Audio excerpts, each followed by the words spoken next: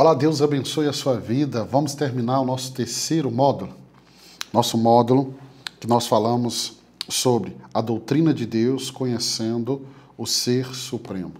Hoje eu quero falar sobre adorando a Deus. Qual que é o objetivo da aula de hoje? Preste muita atenção.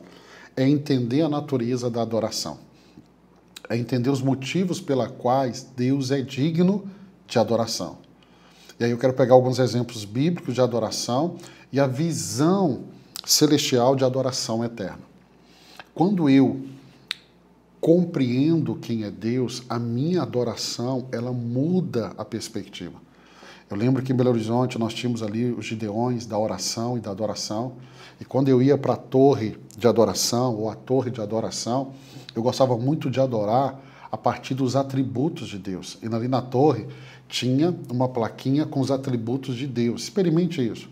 Agora que você tem uma visão mais clara de quem Deus é, dos seus atributos, do seu caráter, de quem Deus é você adorar a Deus pela sua soberania, pela sua imutabilidade, ou seja, Deus não muda. Você adora de forma diferente porque você vai declarar: olha, Deus, eu confio na tua palavra porque o Senhor não muda, eu confio nas tuas promessas. A adoração, ela muda porque você conhece quem você está adorando. Então vamos entender aqui, primeiro, a natureza da adoração. Viu? A natureza da adoração seria a resposta do homem ao Deus Santo. Evangelho de João, capítulo 4, verso 24. Deus é espírito e é necessário que os seus adoradores o adorem em espírito e em verdade. Então, a adoração é uma resposta à revelação de quem Deus é. Vou repetir. A adoração é uma resposta à revelação de quem Deus é. Você vai perceber que todas as vezes que Deus é revelado, vai haver uma adoração. Eu gosto muito de pegar como exemplo Abraão, quando ele está indo para sacrificar Isaac, Gênesis 22, quando ele está no pé de um monte, ele fala com os servos dele: ficai aqui, porque eu e o menino subiremos, adoraremos e voltaremos. E é no momento que ele sobe que ele tem a revelação de quem Deus é. Deus se revela como Jeová Jiré. Então entenda, adoração é uma resposta à revelação de quem Deus é. Adoração não é cantar bonito. Pastoreando há tanto tempo, eu já tive tantas pessoas que estiveram no altar cantando muito bem. Ela tem a técnica, mas ela não adora, porque ela não tem uma revelação de quem Deus é. Todo ministro de louvor deveria buscar essa revelação. E essa revelação, ela não é limitada. Ela não está em um local físico. Ela não acontece no coração e na mente do adorador. Em espírito aqui, refere-se à atitude do coração. Um coração que é uma atitude sincera e guiada pelo Espírito Santo. Então entenda, em verdade significa adoração deve ser fundamentada na verdade. Adoração tem que ser fundamentada na verdade bíblica. Ela deve ser centrada em Cristo, que é a verdade. Se Cristo é a verdade, a nossa adoração tem que estar centrada em Cristo nessa verdade. Se você é cristão há muito tempo, você vai lembrar que nossas Bíblias, hoje não vem, ainda dá para comprar sim, mas a gente tinha o cantor cristão, a harpa cristã. Você pega os hinos antigos, você vai perceber que muitos deles eram trechos das Escrituras. Nós temos que voltar a viver essa realidade. Porque toda adoração tem que ser baseada na verdade. Se ela é baseada na sua cabeça, no que você acha, então não é a verdade, não é Deus que você está adorando. Você está adorando o Deus da sua cabeça. Consegue entender isso? Romanos 12:1 diz assim: portanto, irmãos, rogo-lhes pelas misericórdias de Deus que se ofereçam em sacrifício vivo, santo e agradável a Deus. Este é o culto racional de vocês. Ou seja, a adoração, ela envolve toda a nossa vida. A adoração não é um evento. Vamos marcar o culto de adoração. Não. Adoração é um estilo de vida, onde as nossas ações, as nossas palavras, os nossos pensamentos cumprem o propósito final. Nós vimos qual que é o propósito final? Glorificar a Deus. Wayne Grudem vai dizer assim, que a adoração é o reconhecimento do valor de Deus. Envolve admiração, gratidão, submissão diante da sua santidade e glória. Então, adoração é o reconhecimento do valor de Deus. Como é que você consegue perceber o valor de Deus se você nem conhece a Deus? Então, não entenda a adoração como uma canção. Não entenda. A adoração, ela é fruto da revelação que você tem de Deus. Eu não sei se você já percebeu, a gente pode ir em culto, aí você vê uma pessoa, ela canta muito bem, mas o ambiente não muda. Aí vem outro e ele vem adorar. E ele canta também bem, mas quando ele abre a boca, aquele ambiente muda. Por quê? Porque ele não está carregando só uma canção, ele está carregando uma revelação. E isso é adoração. Vamos entender por que Deus é digno de adoração. Deus é digno de adoração por causa dos seus atributos e obras. Então, você já está conhecendo os atributos de Deus. Você já tem uma perspectiva, mesmo que pequena, da obra de Deus. Salmo 96:4 diz assim, pois grande é o Senhor, digno de todo louvor, mais temível do que todos os deuses. Então Deus, ele é digno de adoração por causa dos seus atributos. Por seus atributos. Ele é um Deus santo, ele é um Deus justo, ele é um Deus amoroso, misericordioso, imutável, onipotente, onisciente e muito mais, e muito mais. Então ele é um Deus perfeito em tudo que faz. Então quando eu olho para os atributos, eu posso dizer que a sua grandeza é incomparável. Apocalipse capítulo 4:11, tu, Senhor e Deus nosso, és digno de receber a glória, a honra e o poder, porque criaste todas as coisas, e por tua vontade elas existem e foram criadas. Deus, ele é digno de adoração por causa das suas obras. É isso que Apocalipse está nos dizendo aqui. Por causa das suas obras. Ele criou, ele sustenta todas as coisas, por causa da sua obra redentora em Cristo, e esse é o maior motivo para adorá-lo. Por quê? Porque na obra de Cristo nós vemos com tanta clareza seu amor, sua graça, nós vemos a sua misericórdia, como que ele nos alcançou. Efésios capítulo 2, verso 4 e 5 diz assim, mas Deus, sendo rico em misericórdia, por causa do grande amor com que nos amou, deu-nos vida com Cristo, quando ainda estávamos mortos em transgressões. Então Deus é digno de adoração, porque apesar dos nossos pecados, ele nos amou e nos salvou, por meio de Jesus Cristo. Ele nos amou primeiro. A primeira atitude partiu dele. Wayne Grudem vai dizer assim, a dignidade de Deus é absoluta. Tudo o que ele é e faz nos chama a exaltá-lo e não há outro ser digno de tal honra. Não há. Eu coloquei aqui como exemplo prático, pegue um dos atributos de Deus, aquele que mais te impacta. E durante a semana, agradeça e adore a Deus especificamente por isso em suas orações. Por exemplo, eu gosto muito da imutabilidade de Deus, o fato de Deus não mudar. Então isso traz uma segurança tão grande no meu coração. Eu me agarro a essa palavra. Escolhe um atributo e adore a Deus em cima desse atributo. Vamos entender a adoração na Bíblia. Quando eu vou para o Velho Testamento, eu tenho vários exemplos. Então no Antigo Testamento, Isaías 6, 1, 5. Isaías tem uma visão da glória de Deus e responde como? Com reverência e arrependimento. Porque ele reconhece a santidade de Deus, e ao reconhecer a santidade de Deus, ele olha para ele e ele percebe a sua própria indignidade.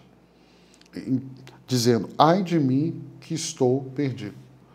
Então você percebe que quem tem uma visão correta de Deus, nunca vai olhar para ele e falar, uau, eu sou... Não. Quando Isaías tem uma visão correta de Deus, ele diz, ai de mim. Paulo, por ter uma visão correta de Deus, aquele que foi levado até o terceiro céu, ele vai dizer, miserável homem que sou. Miserável homem que sou. Entenda, quem tem uma visão correta de Deus, não olha para ele e vai dizer assim, eu sou a casinha favorita de Deus. Não. Diante da santidade de Deus, só sobra uma coisa, o que Isaías declarou: ai de mim, miserável homem que sou, eu estou perdido, eu estou condenado. Eu estou condenado. Lembra do que nós definimos aqui, do que é adoração? Nós definimos adoração, entendeu? Que a adoração é uma resposta à revelação de quem Deus é. Então, quando Isaías vê a santidade de Deus, ele vê o caráter de Deus, ele adora. Adora como? Ai de mim, ai de mim. Então, entenda, no Velho Testamento, a adoração frequentemente incluía arrependimento e sacrifício. Isso para refletir a santidade de Deus e a necessidade de uma mediação. Então, entenda, Cristo não veio, então eu preciso de renovar esses sacrifícios. Salmo 95:6, venham, adoremos prostrados e ajoelhemos diante do Senhor, o nosso Criador. Então, a postura física, ajoelhar-se ou prostrar-se, simboliza aqui reverência e submissão total a Deus. Quando nós vamos para o Novo Testamento, Mateus 2:11, nós temos os magos adoram Jesus, trazendo presente e reconhecendo como Rei e Salvador. Então, a adoração deles está envolvendo sacrifício, presentes, e celebração. Atos 16:25, Paulo e Silas vão cantar louvores a Deus enquanto preso. Então, esse exemplo demonstra que a adoração, ela transcende circunstâncias. E ela vai trazer consolo, ela vai trazer força. Então, ou seja, eu não adoro porque eu estou bem, eu estou estando bem ou não estando bem. Em qualquer situação, eu vou adorá-lo. Gruden vai dizer que a adoração bíblica, ela ensina que Deus deseja que o seu povo adore em todas as circunstâncias. Você está bem? Adore. Você não está bem? Adore. Ah, meu momento está de paz, adore. Está um momento de guerra, adore. Em todo tempo, em todo tempo. Em todo tempo, em todo tempo. Agora, vamos olhar não para o homem, não para a terra, vamos olhar para a eternidade. Qual que é a visão da adoração na eternidade? A visão celestial que nós temos em Apocalipse, capítulo 4 e 5, vai nos trazer o entendimento. Apocalipse 4, verso 8 ao 11, diz assim: Santo, santo, santo é o Senhor Deus Todo-Poderoso, que era, que é e que há de vir. Então você vai ver que Apocalipse 4, a expressão santo, santo, santo. Isaías, quando ele vê os serafins voando diante do trono de Deus, eles estão declarando o quê? Santo, santo, santo. Então, no céu, a adoração ela é contínua e centrada na santidade e na soberania de Deus. Os seres celestiais, eles vão declarar a grandeza de Deus e a perfeição de Deus, incessantemente, noite e dia, dia e noite, constantemente. Apocalipse capítulo 5, versos 9 ao 12, digno é o Cordeiro que foi morto de receber poder, riqueza, sabedoria, força, honra, glória e louvor. Então, o Cordeiro, que é quem? Jesus Cristo, é adorado por sua obra redentora. Então, o motivo dele ser adorado é pela obra redentora dele. E aí a visão celestial destaca que a adoração envolve cânticos, louvor verbal, envolve também celebração coletiva. Isaías 66:23. De uma lua nova a outra e de um sábado ao outro, toda a humanidade virá e se prostrará diante de mim, diz o Senhor. Aqui é uma visão escatológica que reforça que a adoração será a atividade central e eterna do povo de Deus na nova criação. Então, o processo de restauração de Deus é nos levar a essa condição de adoração que nós encontramos no céu. Então, ali está o modelo de adoração. Os 24 anciões que tomam a coroa, que colocam aos pés de Jesus. Então, ali já aponta a adoração. Então, perceba, não tem nada a ver com luz, com show, com música bonita, mas numa entrega de quem nos tornamos diante da revelação de Deus aos nossos olhos. Então, nos céus, a gente percebe. Vai lá em Isaías, santo, santo, santo. Vamos em Apocalipse, santo, santo, santo. Entenda, eu consigo adorar, eu consigo dar uma resposta que os céus esperam diante da revelação de quem Deus é. Por isso que eu não tenho dúvida, você que está fazendo a formação teológica aqui, imagine, você que está nessa caminhada, que está aprendendo, e olha que nós estamos no primeiro mês do ano. Você parou para pensar? Tudo que você já ouviu, e para muitos, muitos, o que você está ouvindo, você nunca ouviu. Nós estamos no primeiro mês. Nós estamos basicamente na metade do primeiro mês. Então tem todo um mês, tem todo um ano e tem um segundo ano. Você imagina quando você pegar todo esse conhecimento. Eu te garanto, você não entra num culto, você não entra na igreja para cantar uma canção. Porque você vai ter uma revelação clara de quem Deus é. Você vai adorá-lo. O que vai sair da sua boca, talvez vão ser palavras que nunca saíram, porque agora você tem clareza de quem Deus é. A sua adoração vai se aproximar mais dessa adoração que é cantada nos céus. A sua adoração, ela vai se tornar semelhante a essa adoração que está nos céus. Então, a adoração é a resposta do homem ao Deus Santo. Essa adoração é fundamentada nos atributos de Deus e nas obras de Deus. Essa adoração é centrada na Bíblia e será a principal atividade dos redimidos na eternidade. Então, quando eu e você chegarmos no céu, irmão, nós vamos para lá para fazer o quê? Para adorar. Vamos passar a eternidade adorando. Pastor, não enjoa, não? Não. Os seres angelicais estão ali diante do trono, durante toda a eternidade, declarando santo, santo, santo. A revelação que eles têm de Deus a cada segundo tira deles uma adoração. Santo, santo, santo, santo. Adorar a Deus envolve mente, coração, emoções, envolve corpo. É a expressão mais elevada da nossa fé. Mais elevada da nossa fé. Então, comece a adorar. Não espere chegar no culto, não espere chegar na igreja para começar a adorar. Já comece a adorar a Deus hoje. Aí, a aula já está acabando, estamos terminando esse módulo. Amanhã, pela vontade de Deus, Deus permitindo, nós vamos falar sobre a criação e a doutrina do homem, o propósito de Deus para o mundo. Nós vamos entender mais agora da criação, não toda a criação, mas a criação do homem, e vamos caminhar nesse entendimento. Mas, chegando ao final dessa aula, né, se você tem um tempinho, ou faça esse tempo, tire um tempo de adoração, pegue um atributo de Deus e adore a Deus em cima desse atributo.